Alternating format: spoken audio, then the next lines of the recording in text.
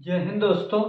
स्वागत है आप सभी का आपके अपने YouTube चैनल इंडिपेंडेंट क्लासेस में। मैं गौरव यादव आज आप लोगों को 12th मैथ का नेक्स्ट चैप्टर ऑब्व्यू यानी कि मैट्रिक्स के बारे में कुछ इम्पोर्टेंट बातें बताऊंगा। हम लोग सबसे पहले क्या करेंगे कि ये जो मैट्रिक्स होती है ये होती क्या है, यानी ऑब्व्यू ये आपके क्या होते हैं, इसके बारे में सबसे पहले हम लोग जानेंगे। तो क्या देखेंगे कि मैट्रिक्स हमारी जो होती हैं वो कितने प्रकार की होती हैं और मैट्रिक्स क्या होती हैं और इनका जोड़ घटाव या गुणन हम किस प्रकार संभव है। तो इसको लेकर हम लोग आज मैट्रिक्स के बारे में कुछ चर्चा करेंगे। तो आइए हम लोग इसके बारे में कुछ चर्चा करते हैं। तो सबसे पहले हम लोग देखेंगे ऑब्व्यू। ऑब्व्यू यानी कि मैट्रिक्स। आप लोग जानते हैं कि ये जो मैट्रिक्स क्या होती है।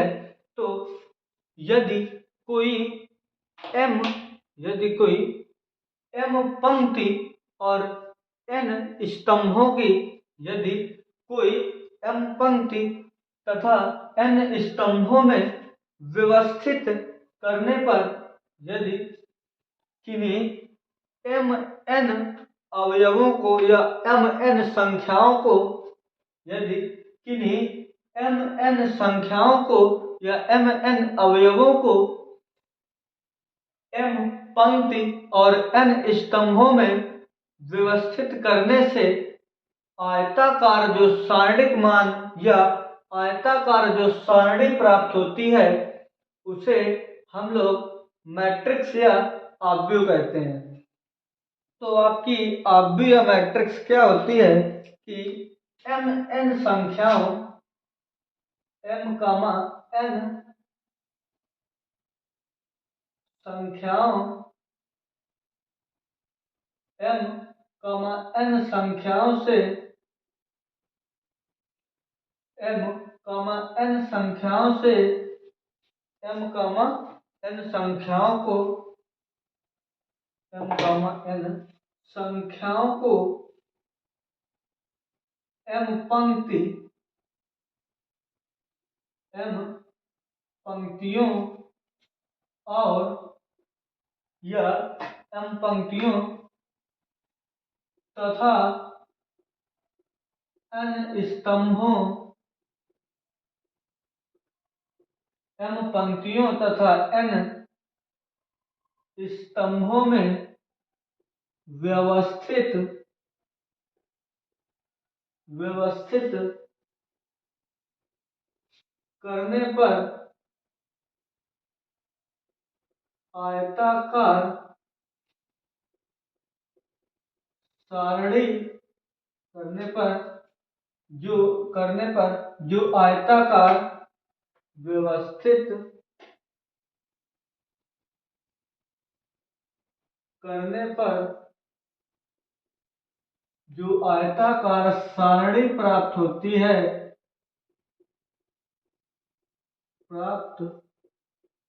है उसे एम क्रॉस एन ऑब्व्यू कहते हैं। सबसे पहले आप लोग यह जान लें कि ये जो ऑब्व्यू होते हैं ये किस प्रकार हमें याद रखना है कि ये कुछ संख्याएं होती हैं जिनको एम संख्याओं को हम पंक्तिबद्ध और एन संख्याओं को हम स्तंभबद्ध कर एक आयताकार सारणी प्राप्त करते हैं जिसे हम ऑब्व्यू कहते हैं। और इसका हम उदाहरण देखेंगे। एग्जाम्पल के रूप में हम लोग क्या देखेंगे कि मान लें कि कोई एक m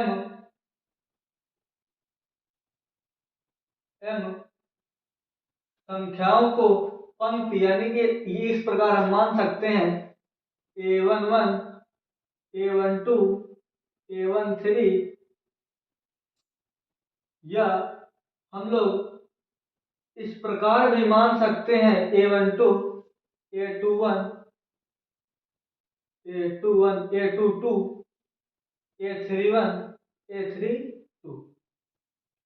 सबसे पहले हम लोग क्या जानेंगे, यदि हमसे कोई पूछता है कि यह मैट्रिक्स हमारा क्या किस प्रकार का मैट्रिक्स है या किस प्रकार का आव्यूह है, तो मैंने आप लोगों को बताया था कि m पंक्तियों, सबसे पहले हम लोग यह जानते हैं कि पंक्ति और स्तंभ क्या होते हैं। तो ये जो इस प्रकार की ये लाइनें हैं, इनको हम पंक्ति कहते हैं, पंक्ति रो, या इनको हम रो भी कहते हैं। और जो हमारी इन इस प्रकार की जो खड़ी रेखाएं हैं, इनको हम स्तंभ के नाम से जानते हैं। तो आप लोगों को पता हो गया होगा कि जो पड़ी लाइनें इस आयताकार सारणिक में बनती हैं, उनको हम पंक्ति, और जो पड़ी खड़ी लाइनें बनती हैं, इनको हम स्तंभ के नाम से जानते हैं।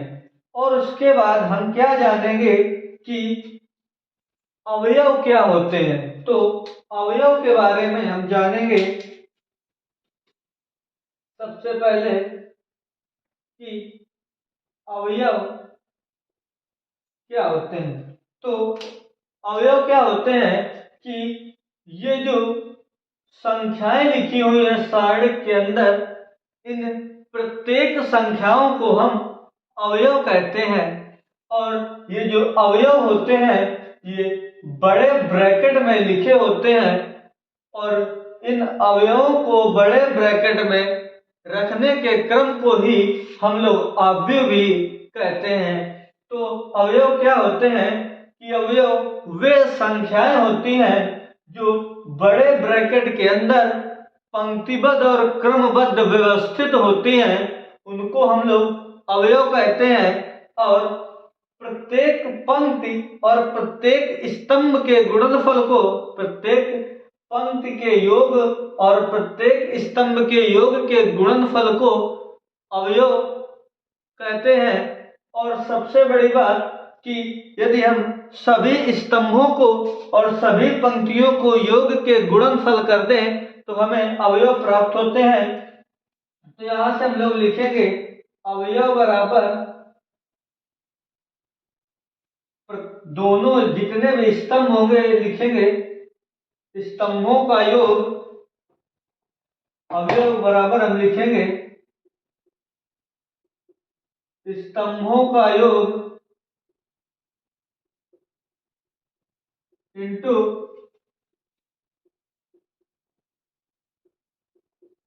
पंक्तियों का योग। तो हम लोग क्या कर देखेंगे कि जो अवयव बराबर आपका फार्मूला होगा स्तंभों का योग और पंक्तियों को योग, हम लोगों ने पंक्तियों को m।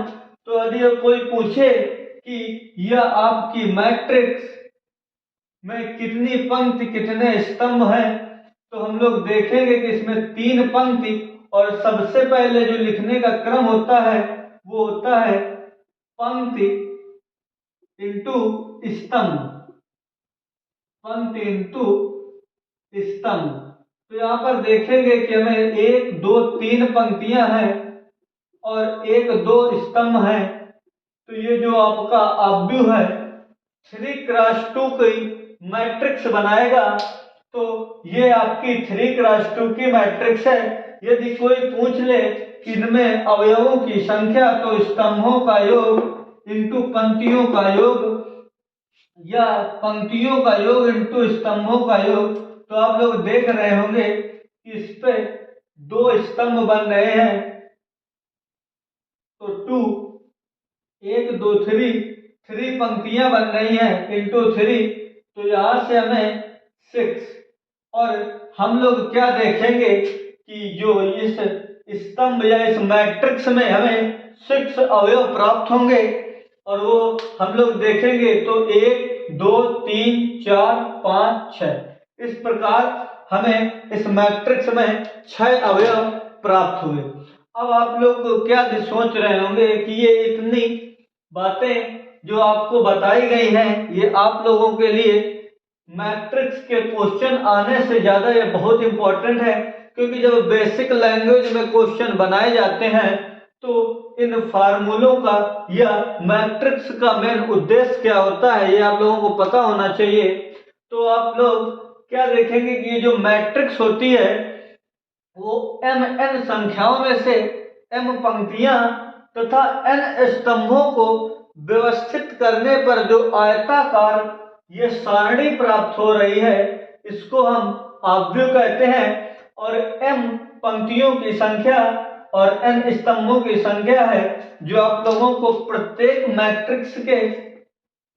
मैट्रिक्स के नीचे रखी हुई मिलेगी, और उसे हम द्वि अनुलंघन कहते हैं। इसे हम जो यहाँ पर आप लोगों की संख्याएं लिखी मिलती है, इन्हें पंक्ति और स्तंभ के नाम से हम जानते हैं। पहली संख्या पंक्ति को प्रदर्शित करती है, और इंटू के बाद दूसरी संख्या आपकी स्तंभ को प्रदर्शित करती है।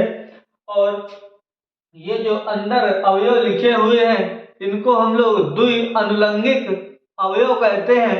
इनसे हमें आगे जो मैट्रिक्स का निरूपण है, मैट्रिक्स किस प्रकार आप लोगों को प्रदर्शित करनी होती है, किससे प्रदर्शित करते हैं मैट्रिक्स को, उसके बारे में आगे जानेंगे।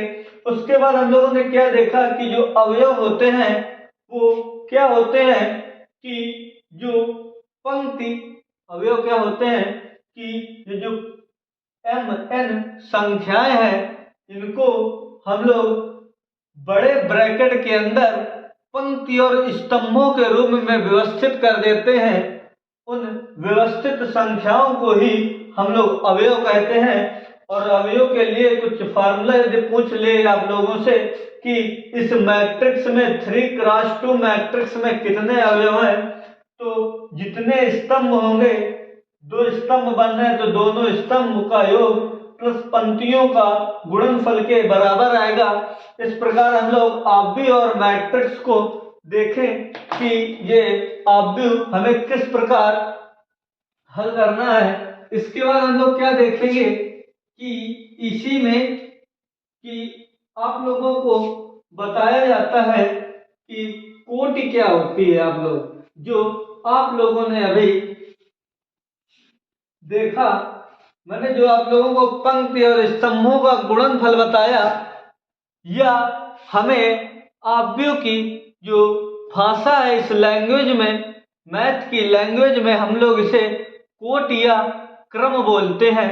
तो आइए हम लोग जानते हैं कि कोट या क्रम क्या होता है।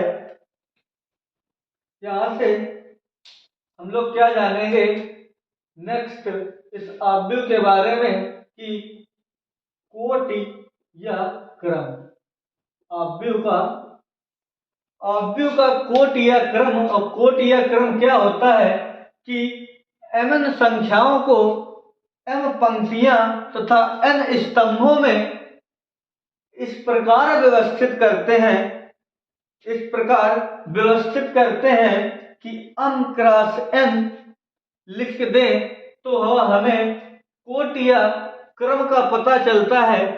तो इसी प्रकार हम इसे बोल सकते हैं कि यदि किसी आव्यूह में m पंक्तियां तथा n स्तंभों को m क्रॉस n के क्रम में तथा m क्रॉस n के कोटि में लिख दे तो उसे हम लोग आव्यूह की कोटि कहते हैं, यह आव्यूह की कोटि कहलाता है। तो अव्ययों की कोटि क्या होगी कि यदि किन्हीं पंक्तियों या स्तंभों को, यानी जो आप लोगों की m क्रॉस n, जो आप लोगों ने mn संख्याएं पढ़ी थी, उन संख्याओं में से मैंने बताया था जो m है ये आपकी पंक्ति है और जो n है ये आपका स्तंभ है।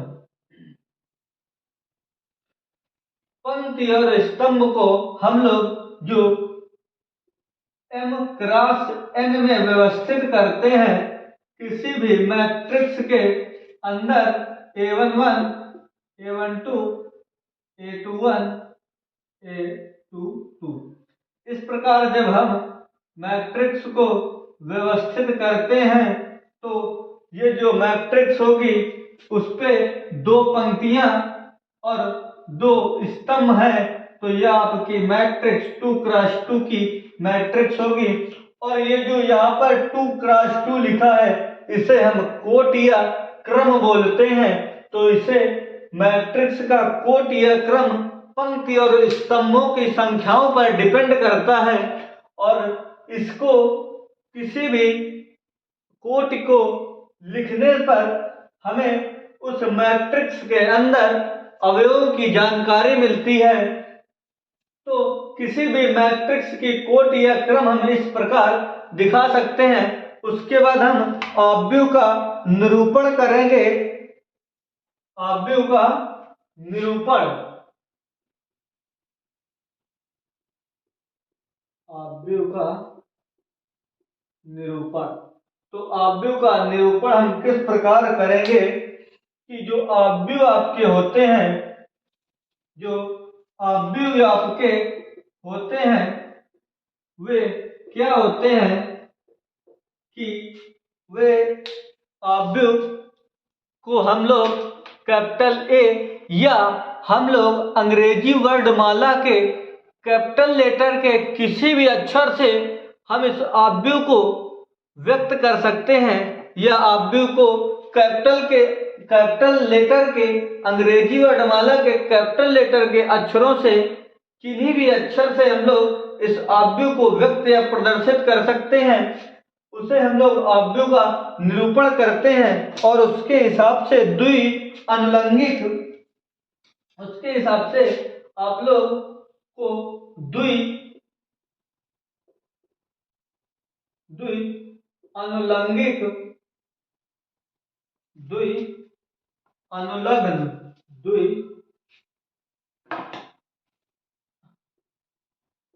अनुलग्न, द्वि अनुलग्न अवयव प्राप्त होते हैं।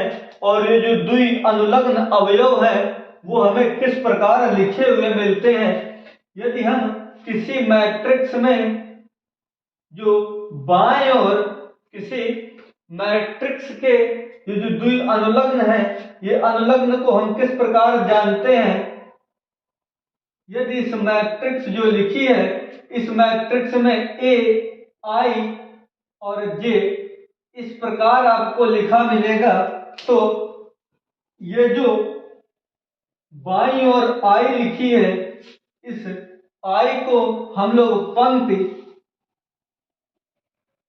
और इस जे को हम लोग स्तंभ, इस आई को पंक्ति और इस जे को स्तंभ मानकर हल करते हैं और इस प्रकार हम अवयव का निरूपण करते हैं। सबसे पहली बात, अवयव को हम अंग्रेजी वर्णमाला के किसी भी ए बी सी डी या जेड तक में से किसी भी अक्षर से प्रदर्शित कर सकते हैं।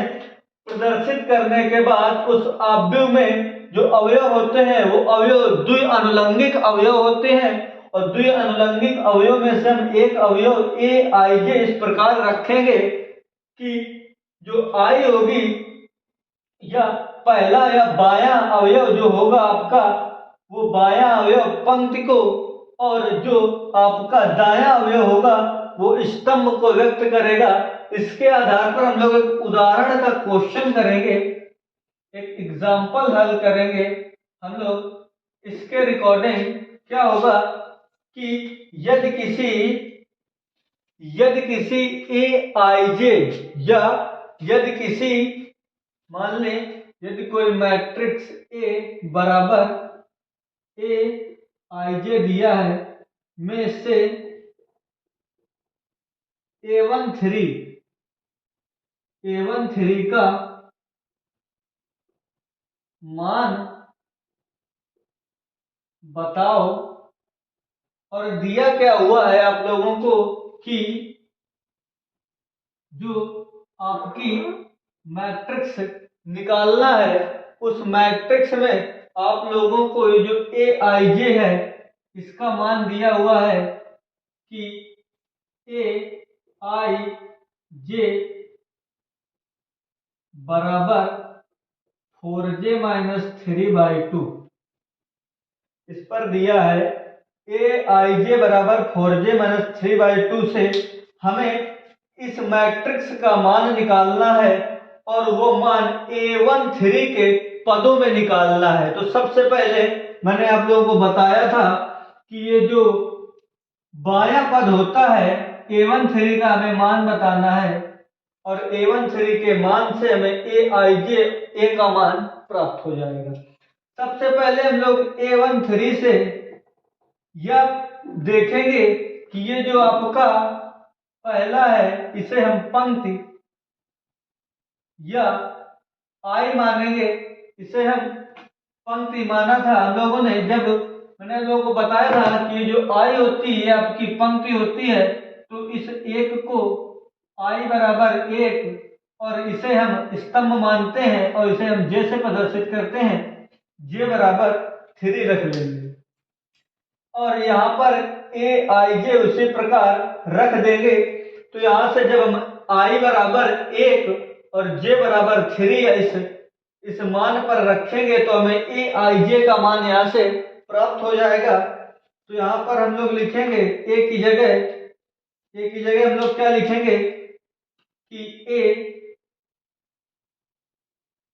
बराबर ए आई की जगह 1 जे की जगह 3 बराबर 4 इंटू जे की जगह 3-3/2 3 आई है क्योंकि इस पर हमें आई का फिर मान नहीं प्राप्त होगा तो इसे हम 3 आई कर देंगे और यहाँ से आई का मान 1 है 1/2 और यहाँ से 4-3-4-12 A13 यहाँ से निकल के आएगा 9/2 और इस A13 का जो मान 9/2 ये जो A13 का मान निकल के आया है ये आप लोगों का ए आई जे का मान है। तो यहाँ पर हम लोग लिख सकते हैं कि ए बराबर जो ए आई जे इस ब्रैकेट के अंदर लिखा है इसे हम लिख सकते हैं ए बराबर 9/2 और ब्रैकेट बंद। इस प्रकार हम लोग ए आई जे का मान इस ए के पदों में निकालेंगे और यही जो मैं आप लोगों को मेन मकसद क्या था समझाने का कि आई और जे क्या होते हैं। तो आई आपकी पंक्ति की संख्या या बायां पद जो बाएं संख्या है पंक्ति को और जे आपको स्तंभ को जो डिनोट करता है। इस प्रकार इस एग्जाम्पल के माध्यम से मैंने आप लोगों को किसी भी अवयव के द्वि अनुलंघन को निकालना सिखाया और यहाँ से आप लोग A13 A21 A11 A4 और ये प्रत्येक क्वेश्चन में ये आप लोगों को ए आई जे में से जितने भी पद निकालने होंगे उनके मान यहाँ दिए होगा। यहाँ पर आप लोगों को केवल एक ही पद निकलवाया है। इसी प्रकार आप लोगों से मैट्रिक्स के कई 10, 15, 20 कई पद निकालने के लिए भी बोल सकते हैं। तो हम लोगों ने क्या देखा कि जो मैट्रिक्स की कोटि क्रम और मैट्रिक्स का जो डिफिनेशन है मैट्रिक्स की वो देखी, अवयव किसे कहते हैं हम लोगों ने वो देखा, जो मैट्रिक्स की कोटि या क्रम होता है वो हम लोगों ने देखा। उसके बाद आव्यूह का निरूपण, आव्यूह में किस प्रकार तैयार किए जाते हैं उस हम लोगों ने वो देखा। आव्यूह को द्वि अनुलंघन प्रक्रिया भी देखी और उसके माध्यम से हम लोगों ने ये एग्जाम्पल भी हल किया तो आप लोगों को यदि वीडियो या इस सेशन अच्छा लगा हो तो इस सेशन को लाइक करें और शेयर करें। यदि आप चैनल पर नए हैं तो चैनल को सब्सक्राइब करें, क्योंकि हमारी इस किसी भी वीडियो की नोटिफिकेशन आप तक तुरंत पहुंच जाए। इसी के साथ दोस्तों, जय हिंद।